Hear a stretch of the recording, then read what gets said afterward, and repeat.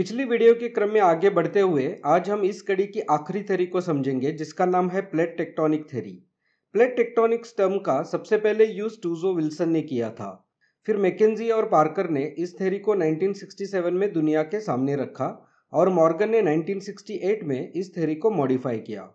अब तक हमने अल्फ्रेड वेगनर की कॉन्टिनेंटल ड्रिफ्ट थ्योरी, फिर पोस्ट ड्रिफ्ट स्टडीज और फिर हेज और डिएट्स द्वारा propose sea floor spreading theory को समझा। इन थ्योरीज से हमारी कॉन्टिनेंट्स और ओशन के फॉर्मेशन की अंडरस्टैंडिंग प्रोग्रेसिवली बढ़ी और फिर इन सभी थ्योरीज के ग्रैंड यूनियन से बनी प्लेट टेक्टोनिक्स थ्योरी। ये थ्योरी लगभग सारे साइंटिस्ट ने सही मानी है। इस थ्योरी के अनुसार लिथोस्फीयर काफी सारी टेक्टोनिक प्लेट्स में टूटा हुआ है। टेक्टोनिक प्लेट सॉलिड रॉक का एक विशाल और इरेगुलरली शेप्ड स्लैब है जो आमतौर पर कॉन्टिनेंटल और ओशनिक लिथोस्फीयर दोनों से बना होता है। टेक्टोनिक प्लेट की थिकनेस ओशनिक एरियाज में 5 किलोमीटर से 100 किलोमीटर तक और कॉन्टिनेंटल एरियाज में 200 किलोमीटर तक वेरी होती है। एक प्लेट को कॉन्टिनेंटल या महाद्वीपीय प्लेट या फिर ओशनिक या महासागरीय प्लेट कहा जा सकता है।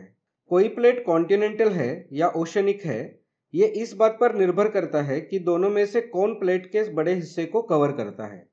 जैसे कि पैसिफिक प्लेट काफी हद तक ओशनिक प्लेट है जबकि यूरेशियन प्लेट को कॉन्टिनेंटल प्लेट कहा जा सकता है। तो प्लेट टेक्टोनिक्स के अनुसार कॉन्टिनेंट्स मूव नहीं होते जैसे कि वैगनर ने प्रपोज किया था, बल्कि कॉन्टिनेंट्स प्लेट का एक हिस्सा है और प्लेट्स मूव होती है। पृथ्वी के जियोलॉजिकल हिस्ट्री के दौरान प्लेट्स हमेशा से मूव होती रही है और आगे भी होती रहेगी।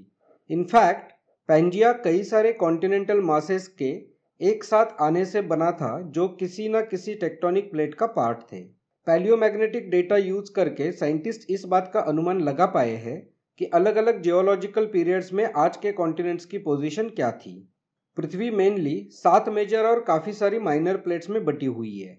लिथोस्फीयर से बनी ये प्लेट्स एस्थोनोस्फीयर के ऊपर एक रिजिड यूनिट के रूप में हॉरिजॉन्टली मूव होती है। ये मूवमेंट लगभग उतनी स्लो होती है जितने स्पीड से हमारे नाखून की ग्रोथ होती है। जहां ये प्लेट्स एक दूसरे से मिलती है वहां इनका रिलेटिव मोशन डिफाइन करता है कि उस जगह पे कौन सी बाउंड्री की फॉर्मेशन होती है, कॉन्वर्जेंट बाउंड्री, डाइवर्जेंट बाउंड्री या ट्रांसफॉर्म बाउंड्री। इन बाउंड्रीज को हम कुछ ही समय में समझेंगे।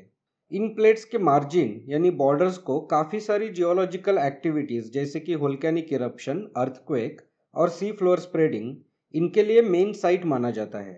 तो चलो देखते हैं कि 7 मेजर टेक्टोनिक प्लेट्स कौन सी है। पहली है अंटार्कटिक और उसके सराउंडिंग ओशन की प्लेट। दूसरी है नॉर्थ अमेरिकन प्लेट जो कि नॉर्थ अटलांटिक प्लेट और साउथ अमेरिकन प्लेट के बाउंड्रीज से कैरेबियन आइलैंड्स के पास मिलती है। तीसरी है साउथ अमेरिकन प्लेट। चौथी है पैसिफिक प्लेट। पांचवी है इंडिया, ऑस्ट्रेलिया, न्यूजीलैंड की प्लेट। छठी है अफ्रीका और ईस्टर्न अटलांटिक फ्लोर की प्लेट।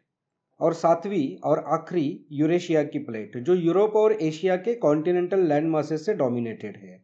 ऐसे ही काफ़ी सारी माइनर प्लेट्स भी है जिसे आप इस मैप में देख पा रहे हैं। कुछ इंपॉर्टेंट माइनर प्लेट्स को जानते हैं। कोकोस प्लेट जो कि सेंट्रल अमेरिका और पैसिफिक प्लेट के बीच में है। नाज़का प्लेट जो कि साउथ अमेरिका और पैसिफिक प्लेट के बीच में है। अरेबियन प्लेट जो mostly Saudi Arabian land mass से कवर्ड है। फिलिपाइन या फिलिपिनो प्लेट जो कि एशियाटिक रीजन और पैसिफिक प्लेट के बीच में है।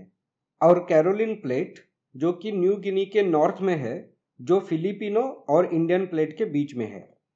अब प्लेट के मूवमेंट से जो बाउंड्रीज की फॉर्मेशन होती है उसे समझते हैं।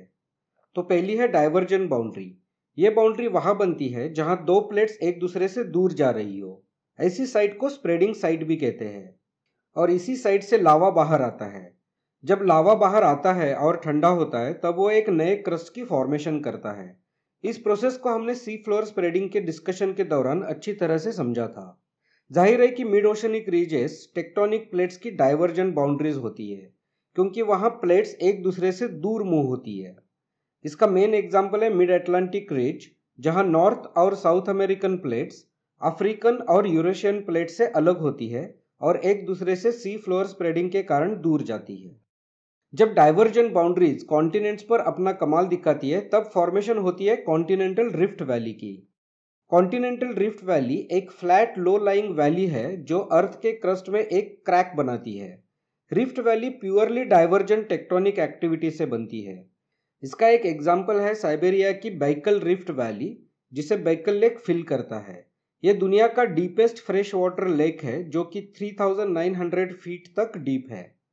और एक एग्जाम्पल है ग्रेट रिफ्ट वैली या ईस्ट अफ्रीकन रिफ्ट, जो कि वर्ल्ड की सबसे लंबी कॉन्टिनेंटल रिफ्ट वैली है, जो लगभग 3000 माइल्स नॉर्थ साउथ और 37 माइल्स ईस्ट वेस्ट फैली हुई है। इसका डीपेस्ट पॉइंट जमीन के नीचे 6000 फीट तक डीप है। अब दूसरी और इम्पोर्टेंट बाउंड्री है कॉन्वर्जेंट बाउंड्री। इस बाउंड्री का फॉर्मेशन होता है जब दो प्लेट्स आपस में टकराती है या कॉन्वर्ज होती है। जहां ये टकराती है वहां लाइटर प्लेट हेवियर प्लेट के नीचे चली जाती है। इस जगह को सबडक्शन जोन भी कहते हैं। और जब ऐसा होता है तो अर्थक्वेक का आना तो संभव सी बात है। कन्वर्जन बाउंड्रीज के 3 प्रकार है। पहला है ओशनिक कॉन्टिनेंटल कॉन्वर्जेंस। जब ओशनिक प्लेट कॉन्टिनेंटल प्लेट से टकराती है तो क्योंकि ओशनिक प्लेट कॉन्टिनेंटल प्लेट से डेंस है तो वो सबडक्ट हो जाती है, यानी कॉन्टिनेंटल प्लेट के नीचे चली जाती है। दूसरा है ओशनिक ओशनिक कॉन्वर्जेंस। यहाँ ओशन की ही दो प्लेट्स आपस में टकराती है और जो भी ज़्यादा डेंस होती है वो सबडक्ट हो जाती है। और जहाँ भी ऐसा होता है वहाँ ओशन में ट्रेंचेस की फॉर्मेशन होती है। आपको याद है ना, ट्रेंचेस मतलब ओशन की सबसे गहरी जगह। और कॉन्वर्जेंट बाउंड्री का थर्ड टाइप है कॉन्टिनेंटल कॉन्टिनेंटल बाउंड्री।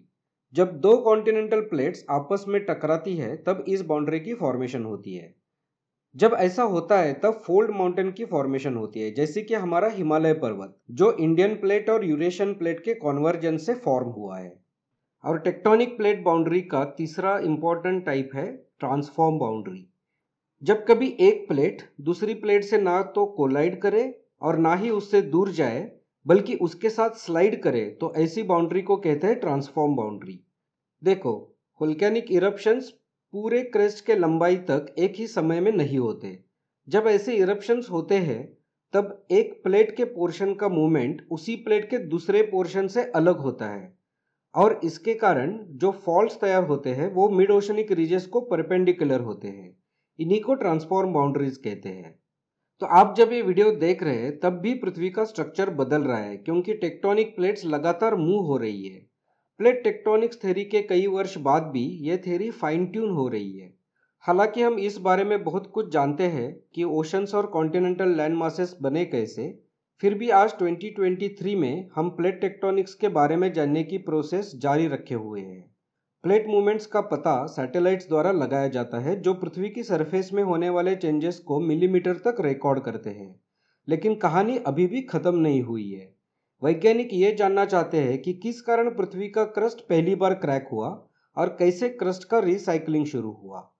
वे पृथ्वी की प्लेट टेक्टोनिक्स की तुलना वीनस जैसे अन्य ग्रहों से भी कर रहे हैं और यह पता लगाने की कोशिश कर रहे हैं कि वीनस में प्लेट टेक्टोनिक्स क्यों नहीं है। इसलिए हमारी पृथ्वी कैसे काम करती है और भविष्य में ये कैसे दिखेगी, इस बारे में अधिक स्पष्टीकरण की हमारी तलाश आज भी जारी है। मैं आशा करता हूँ कि इस वीडियो में आपने प्लेट टेक्टोनिक्स को अच्छी तरह से समझा होगा।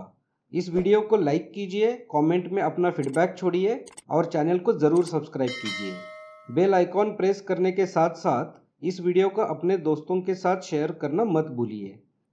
Thank you for watching this. I will see you in the next video.